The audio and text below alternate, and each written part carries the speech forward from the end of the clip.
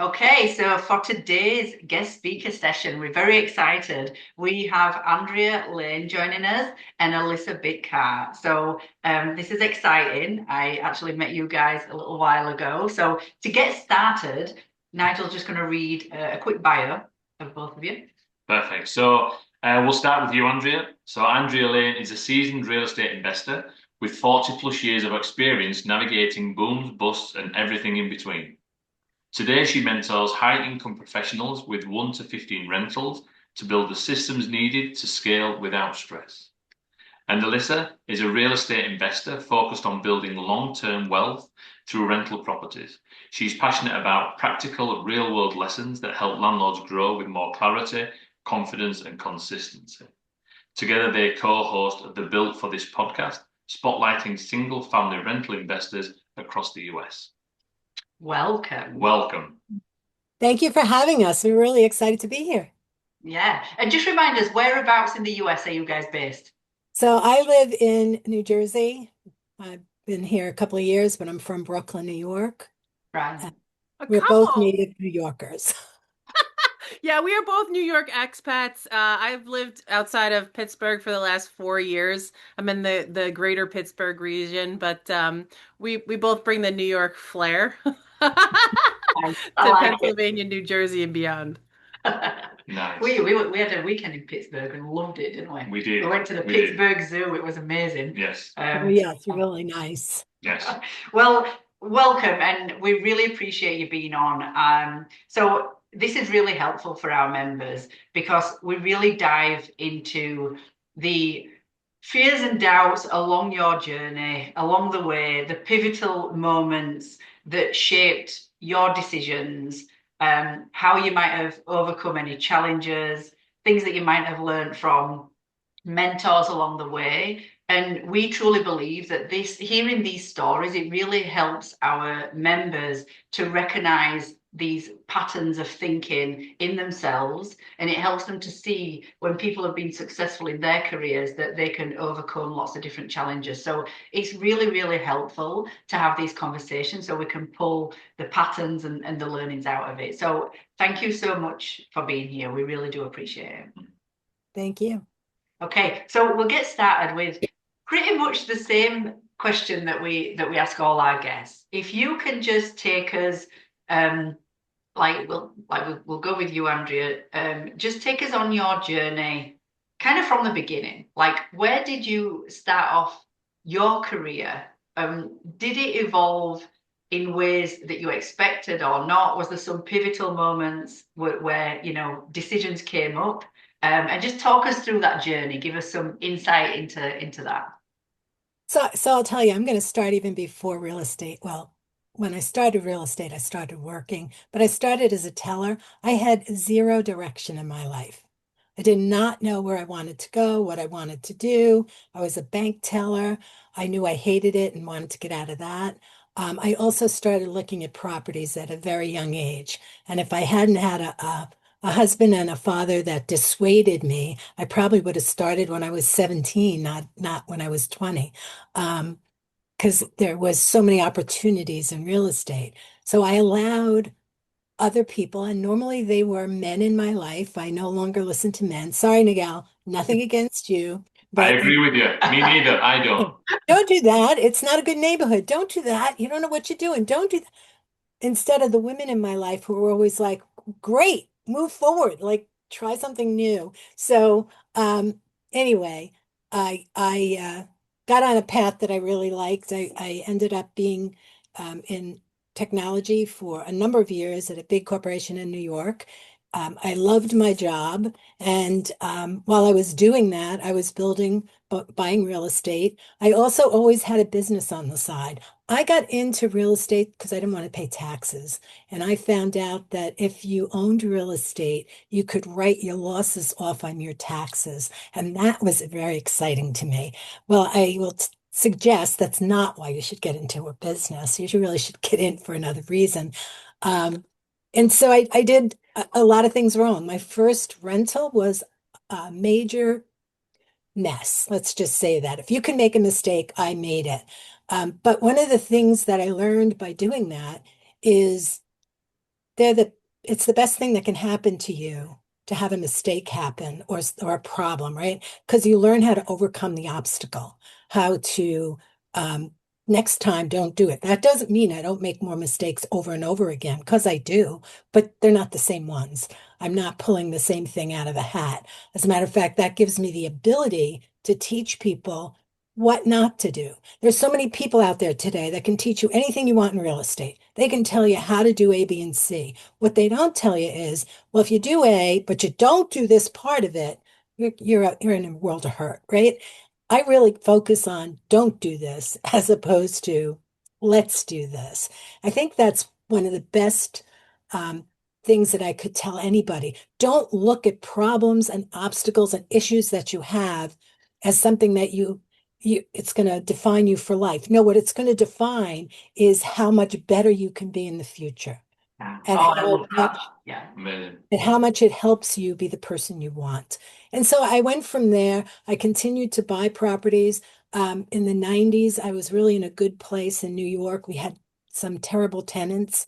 And in New York City in particular, they're very um, tenant friendly. And so these people got to live in our places for 13 months and 18 months, and I got to pay their rent. It was really exciting. Two mortgages on my plate. So my husband said, we get out of real estate or we get a divorce. Um, that's not, I'm married 41 years this week. I didn't want that divorce to happen. So I sold everything except for one property because it was next to my brother-in-law. So everything was gone and I had to start over again. And I was going to start over again because despite my husband, he's now not in business with me. He's still my partner, but not my partner in business. Um, I knew real estate was where I wanted to be. And I'll tell you, the biggest mistake I ever made was selling the properties, despite what he said. He probably would have stayed with me if I changed a couple of things, because the only regret I have in real estate are the properties I sold. It's not the money I've lost, because if I've lost money, I've gained experience and I know what not to do again. But if I had kept all the properties that I had had, um, my son's life, his grandchildren would have been set for life. But that's what I can say. So nowadays, well, back then I didn't have mentors, right? I didn't have a lot of good guidance. I've since found great mentors. I'm in multiple masterminds. I belong to a bunch of different real estate groups and business groups. I spend money on counseling, on conferences, on things that will help me improve me. And I'm happy to do that because that's the only way you get better.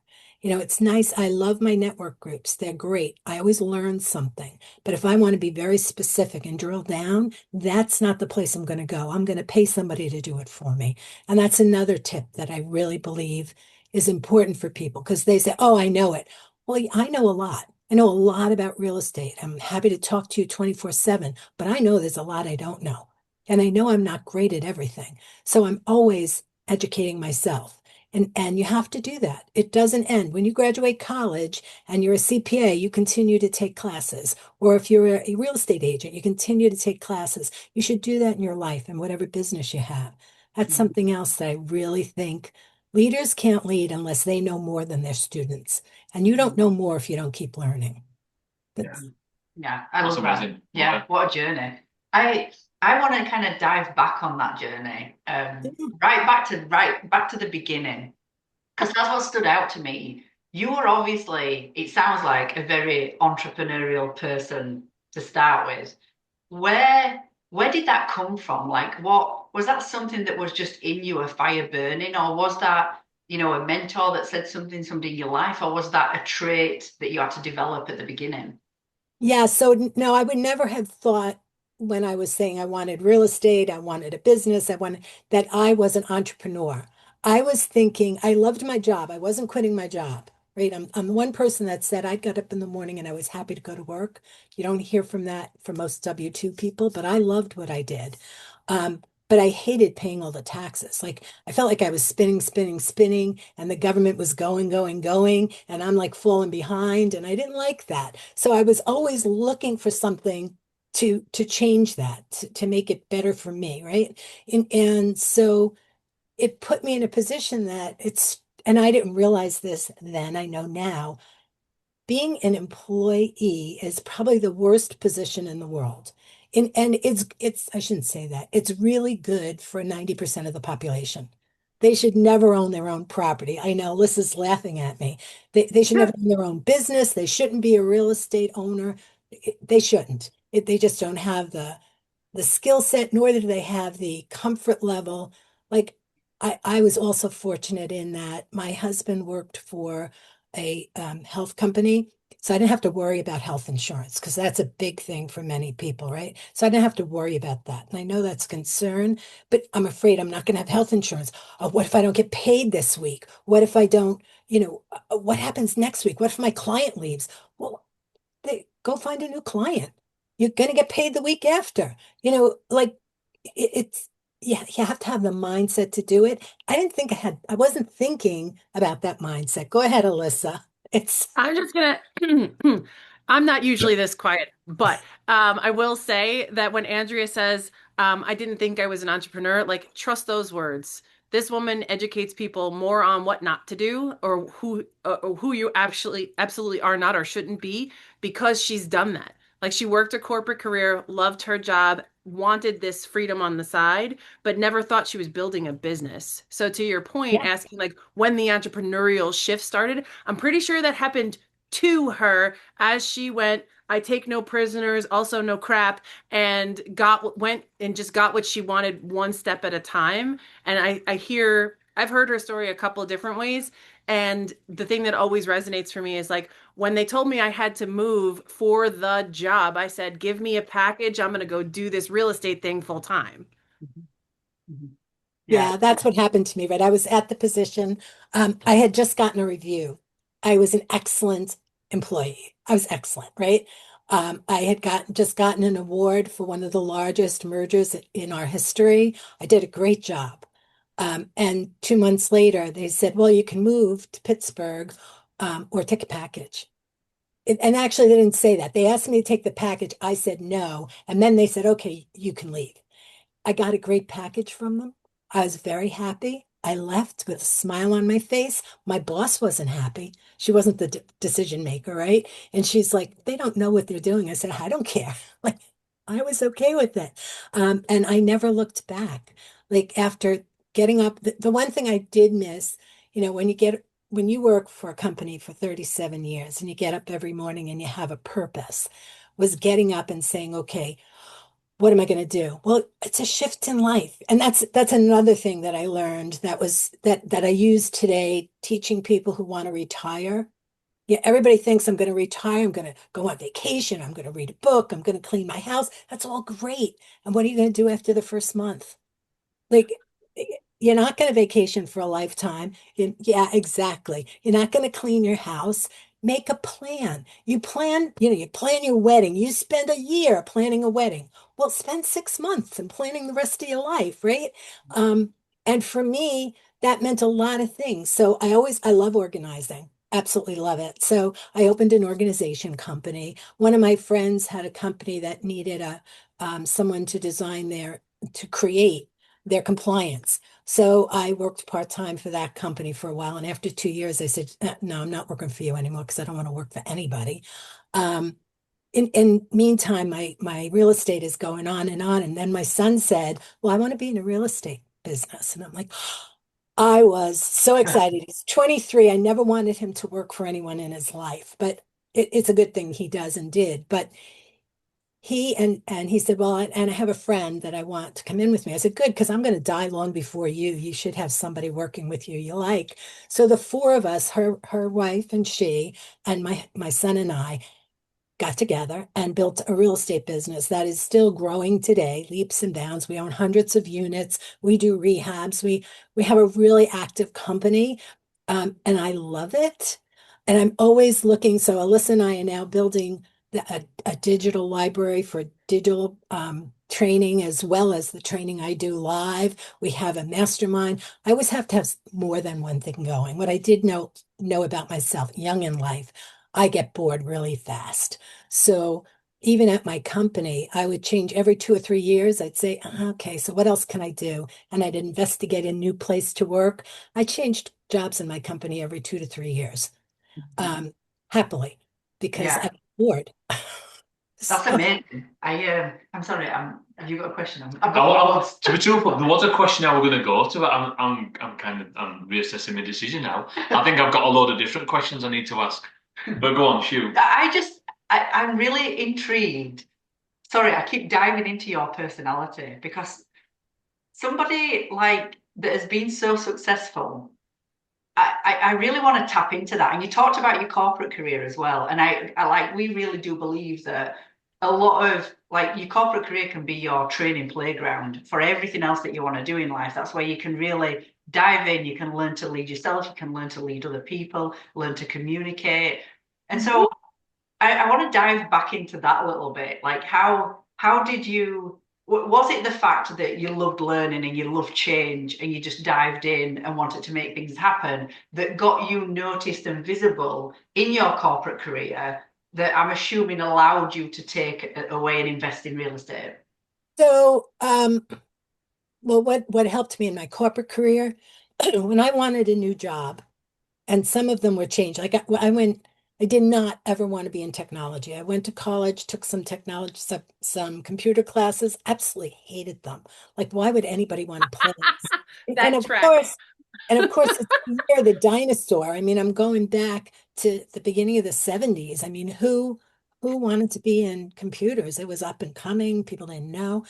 And I was a teller, and these guys, there were three men that would come to me every week with their paycheck to cash it, and they'd say, "You really need to take this test. I think you'd be fabulous." And I'd be like, "I hate computers," and they're like, "No, no, no, you need to take it. You need to take it." And I took the test, and I passed the test, and they got me into computers, and it was fun because they trained me. So for the first year, I had all these training classes. I met so many people. I also didn't realize that I liked to network.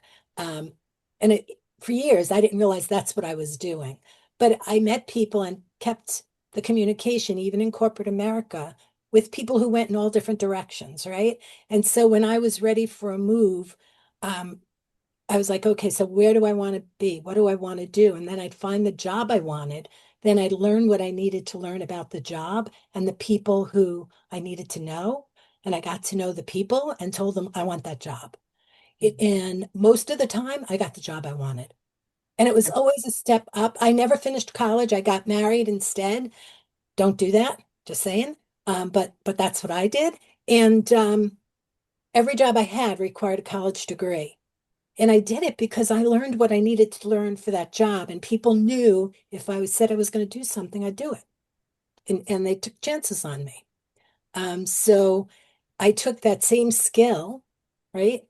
I knew I could do it there. And even though I never did it before, I had taught myself how, then I could teach myself how to be better in whatever I decided to do. And so I probably got more life credits and college credits than most people who get their doctorate, but it's only in what I care about. I have no degree or no classes in gym or biology or, something I didn't care about. I never took it. So if you needed it for a degree, it wouldn't be in my realm. So I just kept learning what I wanted and needed. Amazing. I love that. And corporate careers, by the way, if you're truly in a big corporation, they offer training so often that people don't take advantage of. It costs you nothing to take it. Maybe it costs your time at night. Take that time at night where you can get it for free. I mean, it's amazing what's available. Yeah. Go on, Alyssa. Yeah. Yeah. So having her career in corporate finance and technology, I that was also the leap off point for my career. And I will just say, you do get on the job training that's worth a whole hell of a lot more than your curriculum based degree would really purport.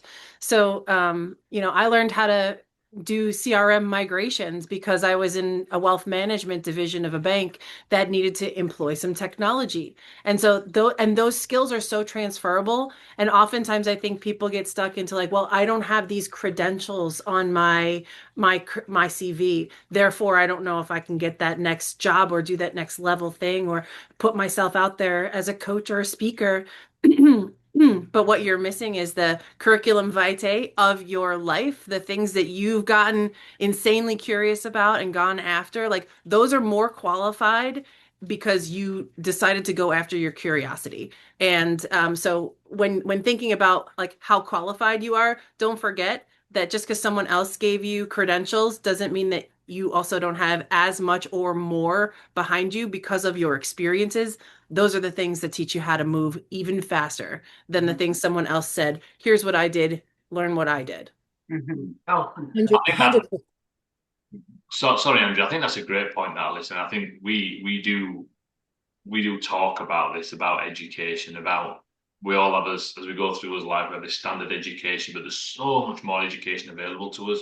Either, like you say, within your work, out of work, we're living in an industry where everything's available for us. So mm-hmm. it's great that you mentioned that. One question I've got right quick is obviously Amy said that we touch a lot on self-awareness. Um, what was your, and this is kind of for both, but what was your strong point that you knew from self-awareness, I'm really good at this and I'm going to excel at this?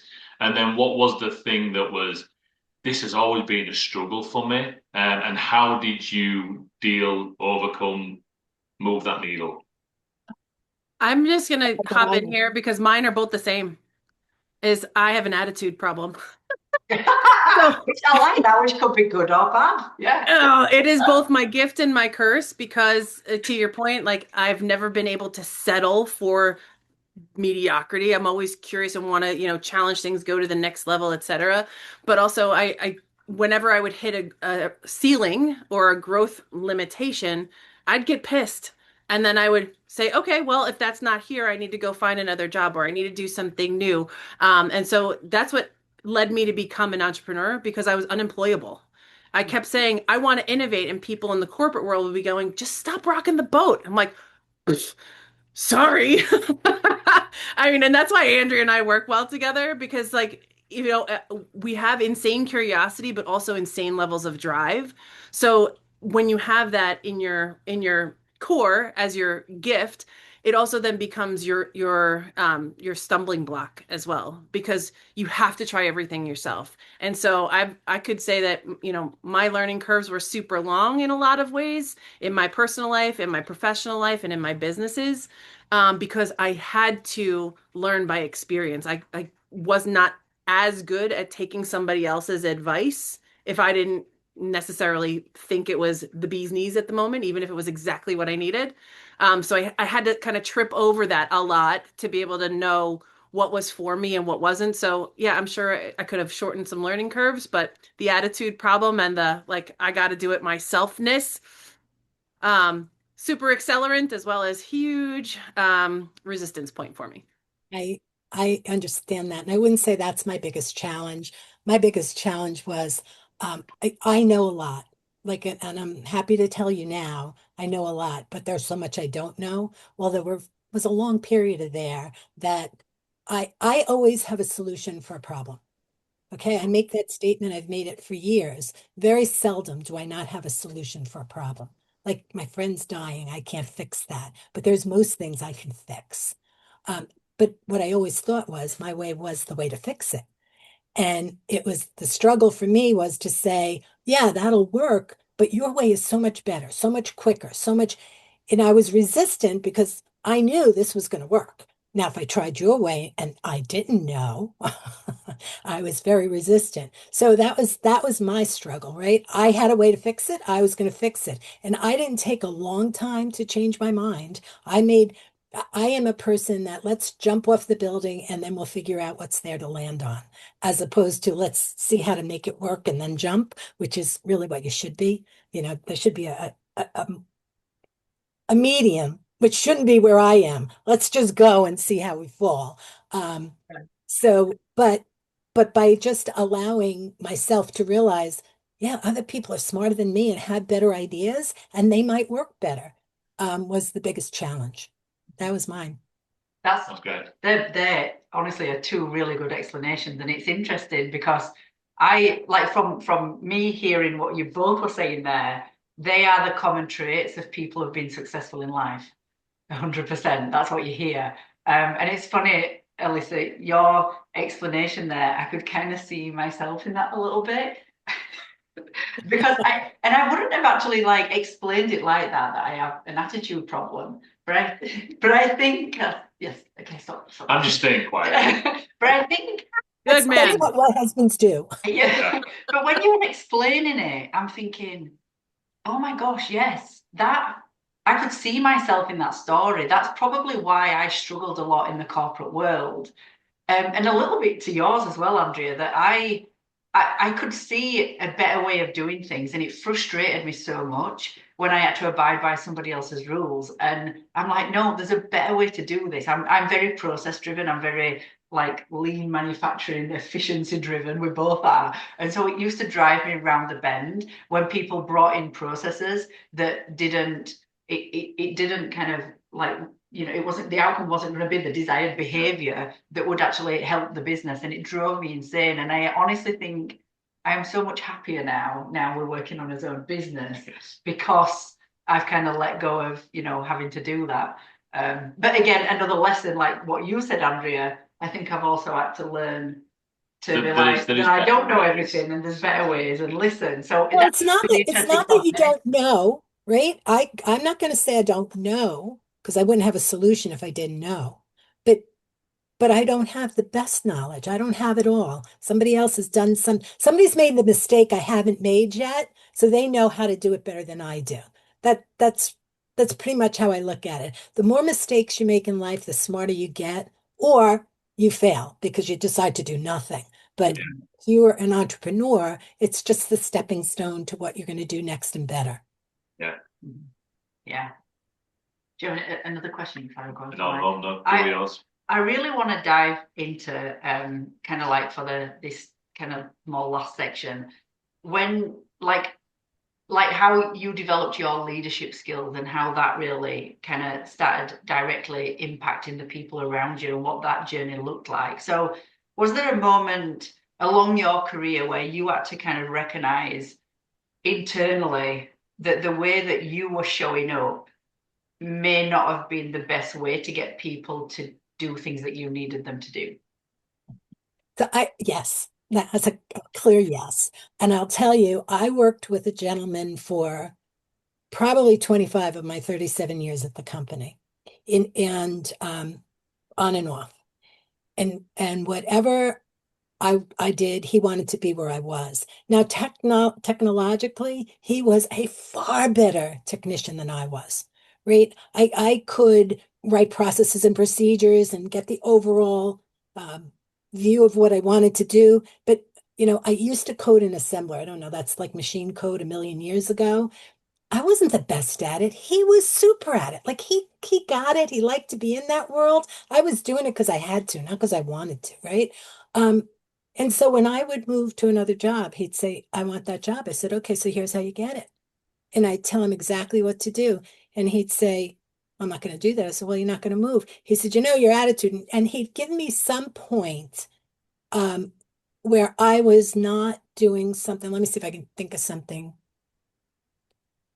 Oh, I had to be kinder when I spoke to people. That wasn't his words, but that's what he said. And he was absolutely right. Right. Because I'm very abrupt. I'm not, I tell Alissa all the time, I'm not, um, and it came from that comment. Yeah. You Listen, know, she's the block and tackle. I'm the warm and fuzzy. Just saying. yeah. So I had to learn to take a deep breath and try and say things in a nicer way so that people would listen to me. Because I would be like, listen, I told you everything had a solution. This is going to work. Just do it. That would be my attitude. And I'd have to say, well, I know we can make it work it this way. Do you have an idea? Right. Yeah. And that got a much better response. And that helped me tremendously to be able to move because I learned that I had to adjust myself when I talk to people and change. I long years after I read things like Personality Plus and understand how you work with other people. I didn't know any of that. I was playing it by ear and trying to figure it out. But he would say things to me over the course of my career, and I'd say, if I liked it, I'd say, I'm going to work on that. And then he'd give me another thing that I should do. I said, listen, Marty, I can do this now. When I'm done fixing myself, let's go to the next thing. Because I couldn't work on two things that were wrong with me at a time. But he did give me ideas and tips along the way because he wanted to be where I was. But and he was smart enough to do it. He had 2 degrees. He was really smart. But he wasn't in a mindset that I was in. Like, I'm bored. I'm not staying here. And he was comfortable. Um, and so he just gave me tips to help me grow, and I did. That's amazing. That's a I, blessing, isn't it? When somebody like that is in your life, and at the time you don't realize it, but somebody having the ability to manage up as well and kind of and help you with that is amazing. yeah, Yeah, I was very, very blessed with him. And I yeah, did not think so at the time, I have to tell you. He'd drive me crazy. But yeah, it was. That which drives us crazy is our growth edge. Yeah. yeah. So what led me into leadership uh was being frustrated and uncomfortable. And oh, I don't want to hear that, but I have to hear that. To your point, Andrea, about like hearing feedback that maybe you're like, oh, youch, is that me? Hoy. So but being willing to hear that was my entree into, I guess, leadership from within. Because I never thought of myself as a leader. I always thought I was helping other people and solving these problems in my household, in my family business, and in my corporate jobs. I did start out as a teller as well, which is really funny. But the I never saw myself as leadership until someone said, "Hey, do you want to try this other thing? Have some more responsibility? Do you want to be a weekend supervisor? Do you want to be the representative for the brand in this bank branch?" And I thought, everybody keeps asking me to do all this stuff. And like, I do what people ask me to do, right? So I was very responsive, very responsible. But I didn't realize I was developing leadership and responsiveness, like, and compassion to others and going to other people's needs. So when I took a training, oh God, over a decade ago with Jack Canfield, to become a certified human potential trainer. That rocked my world. I started learning the things that I was going to be training in my business, but I had to go first. And so when all of those lessons started, like, take 100% responsibility, the event plus your response equals an outcome, not outcome outside of you. Like, you're part of that. So I started taking all of my experiences to heart, and and I started getting, from other people, you're a great coach, or, you're really motivated. And I was like, really? So leadership snuck in the back door for me. Like, I didn't realize that that's what I was developing. But I took risks that no one else was willing to take because I saw things that no one else could see. And so going first and demonstrating things has been my brand of leadership, in that I don't ask people to do anything that I personally am not doing or have not done. I love that. Yeah, Yeah. that's a great point. And that And we, reminded me. Sorry, go on, Andrea. no, we pulled that into the business so strongly because we both believe that. Like, I actually worked on a rehab this year, which I haven't done in years. And I did a deal analysis for a property, which I haven't done for myself for real for years, because I was at the point where I haven't done this in 3 or 4 years, and I'm teaching people. I better make sure that it's fresh in my mind, that I'm actually doing it. Our company does it all the time, right? I'm part of a company that we do this, but I didn't participate in that side of it. Now, if you want to talk about the operating side, I'm happy to talk to you. But but the actual boots on the ground, my son took over that end, and thank God I didn't have to do it. But it was really fun. Like, I have always, if work needed to be done outside a house and the weather was nice enough, I would do that because I love working, get my fingers dirty.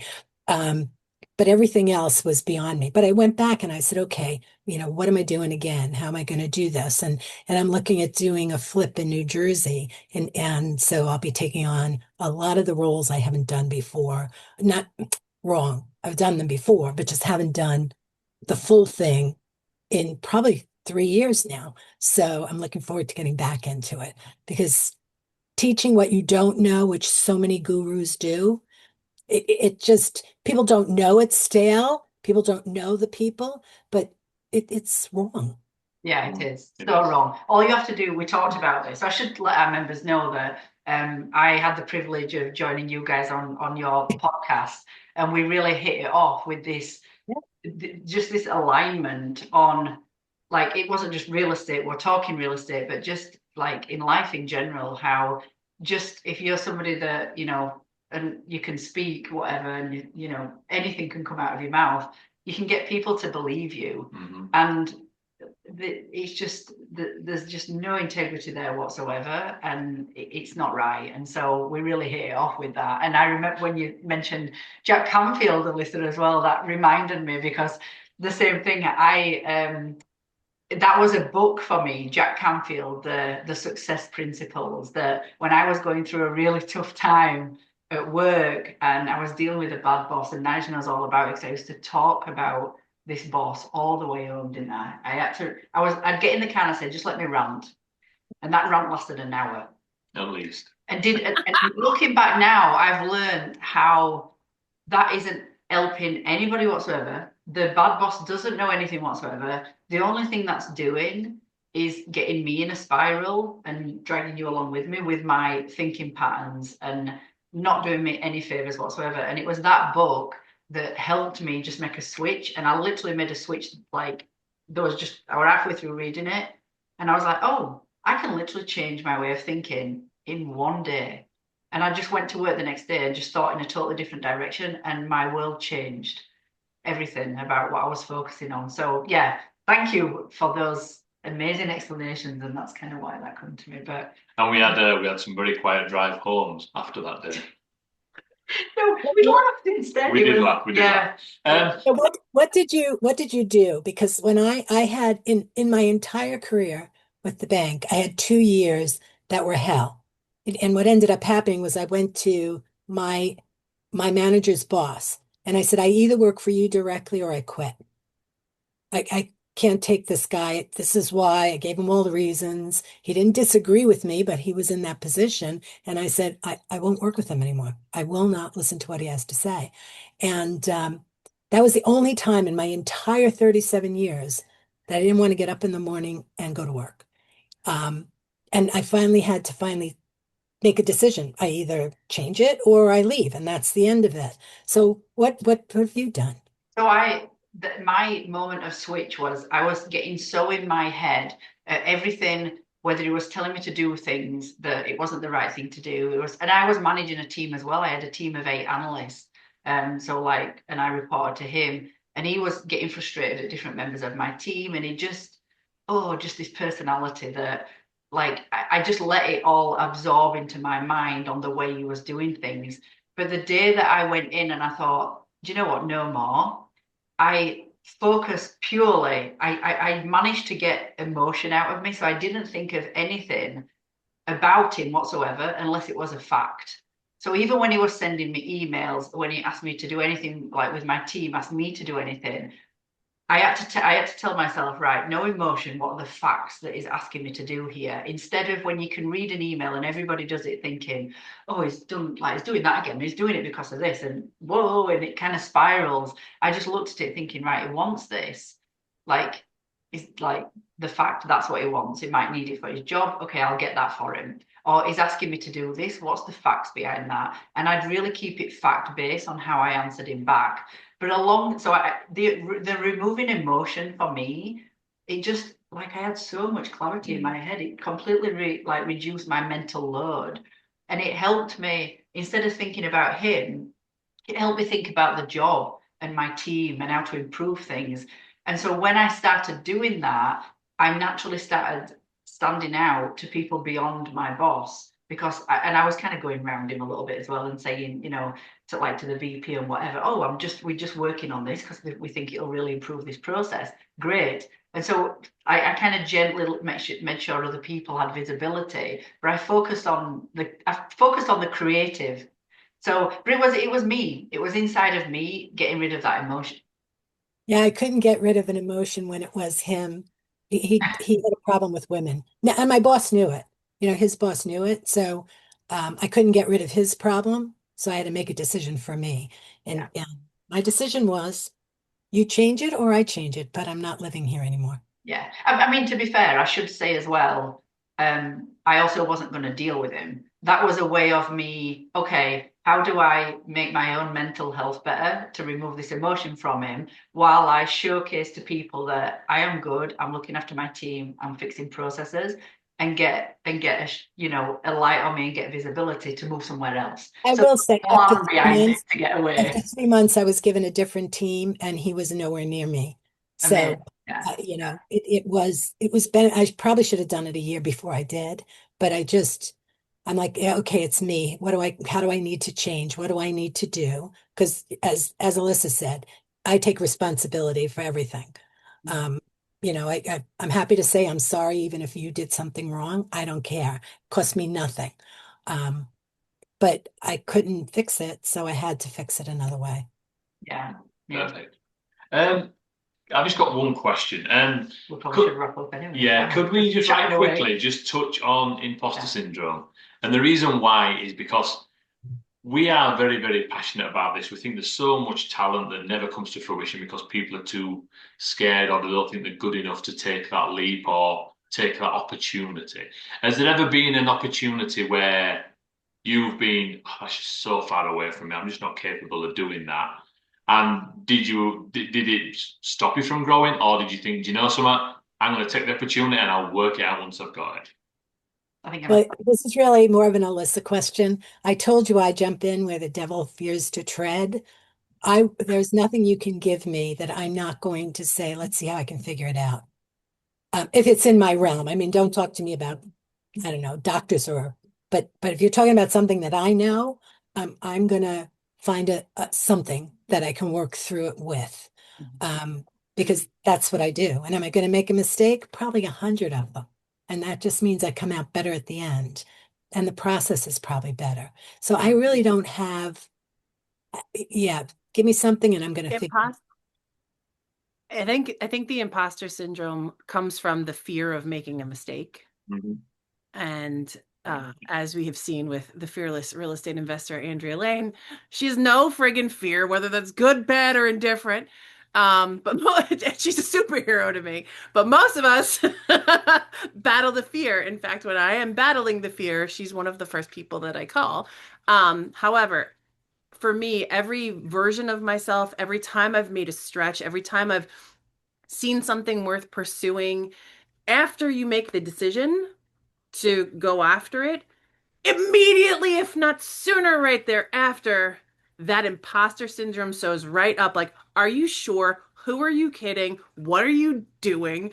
Right. And so the only reason that shows up, it's not a stop sign.